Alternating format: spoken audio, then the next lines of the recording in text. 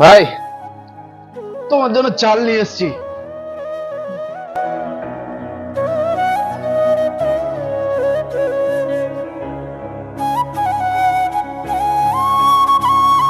না, ফটো তুলো।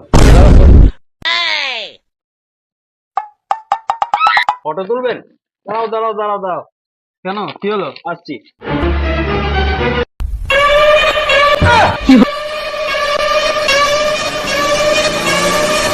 ভাই, তুমি এদিকে এসো, এদিকে এসো। এবার দাও।